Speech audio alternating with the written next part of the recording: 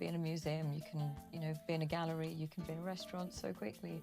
And it's the convenience of it as well that really makes the difference.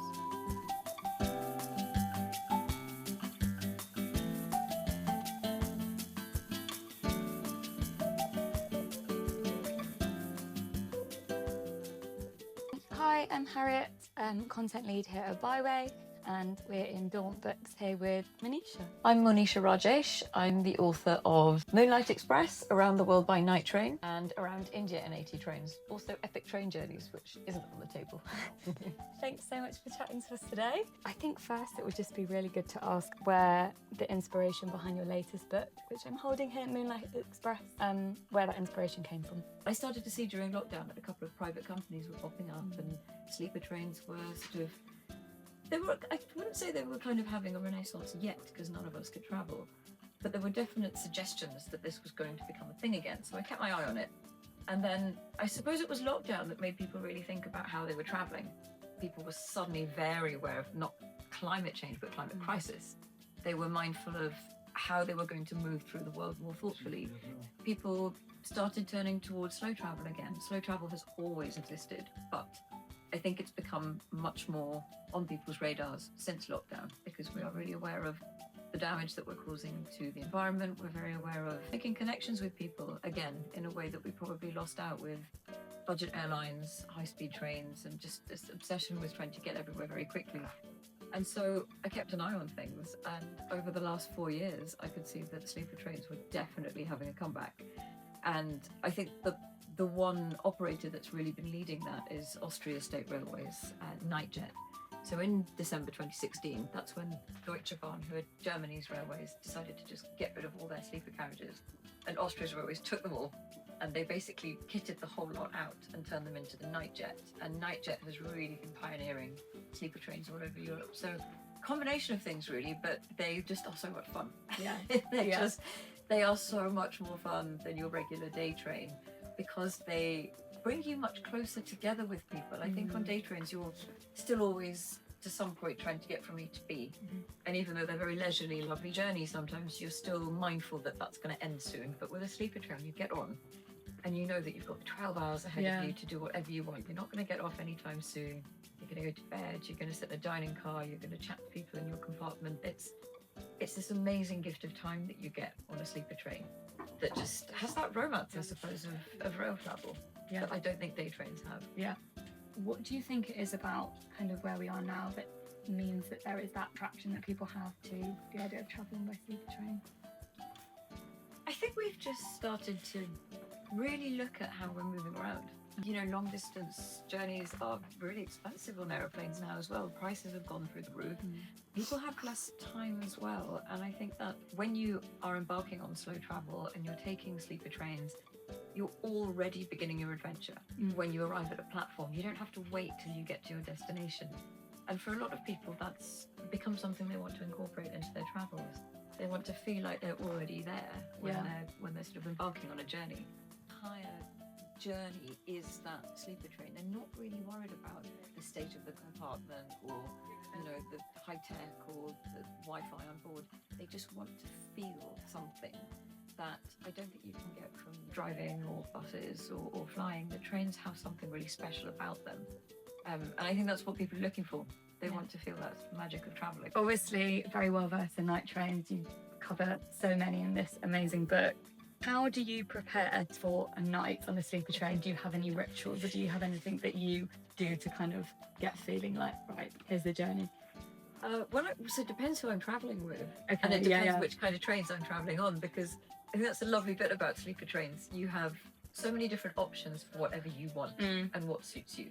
So if you want to travel, with luxury, you can do that. There are lots of luxury trains that allow for you to sleep in a lovely double bed with, lovely hand soap and moisturiser and a shower. But also there are budget trains, and so you can travel in a sleeper class with 6 people in a mixed couchette and all complete strangers. So if I'm doing one of those dishes, I've got earplugs, I've got an eye mask, I always keep loo roll because you just never know what's going to happen. Good idea. Wet wipes. I also keep a lot of snacks. That's one of the main things because with a lot of these sleeper trains, they don't always have a dining car, which is quite sad. And for me, that's the key part of a sleeper train. It's probably an age thing now. I have bed socks. I always have bed Oh socks. no, I can. Because I get quite cold. Also, you don't know what the temperature is going to be like, because some of the trains are sort of volcanic hot, some are, Arctic cold.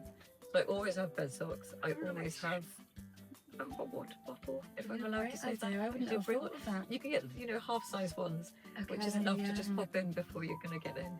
And that's about it, really, if I'm honest. Okay. I don't really need very much, and I think the fewer things you take, the fewer things you actually use in the end. So I don't have very much, but those key things are always there. What do you think is a great quality in a good travel partner when you're doing a journey that's, long and you're spending a lot of time with someone? What are the things that make a really good person to travel with? So in my book, I travel with different people in every chapter. Sometimes I travel with my kids, sometimes I travel by myself, sometimes I have my photographer Mark, who I actually met in India on a train 15 years ago, and he travelled with me for around the world, and this one as well. But you need somebody who has no inhibitions, someone who's fairly extroverted, I'd say, because it can come as quite a culture shock for someone who hasn't done a sleeper train before, to suddenly find themselves sleeping in a compartment with strangers and using a shared loo and not necessarily having a shower in the morning. And you have to be quite open-minded. You have to be someone who's not very precious, I would say, and just kind of someone that likes to talk to people. Because it's impossible to be on a sleeper train without chatting to people around you. Whether that's just someone passing you in a corridor, someone in a dining car, or your compartment mates. And conversation on the trains comes very easily. It's very unlike flying or any other place. You absolutely get conversation going with the smallest thing. It can just be asking somebody, do you know what we're going through? Or do you know what time we get in? Do you know what the next stop is? One of the lovely things about sleeper trains is they often pull into the heart of the city, not on the outskirts. I was wondering, how do you spend your first morning in a new place? Again, it depends who you're with, because when I'm with my kids, it's quite tough turning up at 7 o'clock in the morning and not having somewhere to go to immediately. One of the most kind of endearing memories I have is turning up in Vienna, and within 20 minutes I was standing in front of the Kiss painting by Klimt. I had no idea where it was, and I remember just pulling out my phone and thinking, oh wow, I can be there this quickly. And I pulled into the station, I was in front of the painting, coffee in hand. You can be in a museum, you can, be in a gallery, you can be in a restaurant so quickly. And it's the convenience of it as well that really makes the difference. What is it usually in your suitcase for a big trip like this? I can't remember the last time I travelled with a suitcase, if I'm honest. Okay. I tend not to. Okay. For my train journeys, I always have a sort of medium-sized backpack. Yeah. Again, because I don't like the sort of cumbersome nature of trying to find somewhere to put my bags. I tend to have a comfortable pair of trainers. I have a pair of ballet flats to make things smart in the evening, foldable ones that go into a little bag. I have a couple of jumpers. I have to admit, I do take a Kindle when I'm travelling. I love hardbacks, but unfortunately they're just a bit too cumbersome again. I take very little. I hardly take anything, and I probably take concealer and Vaseline and a blusher, maybe, to not look dead in the morning if I haven't slept. But apart from that, I think the lighter the better. Just get by with a zip-up fleece and maybe a nice gilet over the top that makes you look a bit smarter. But other than that, I'm not a big packer. I agree. Packing light is the way.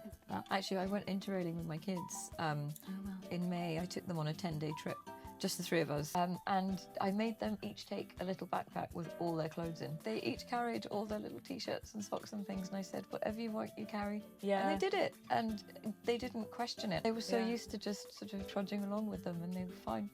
And I'm hoping that stays as they get older. Did you find travelling with kids on Do you know, actually really straightforward.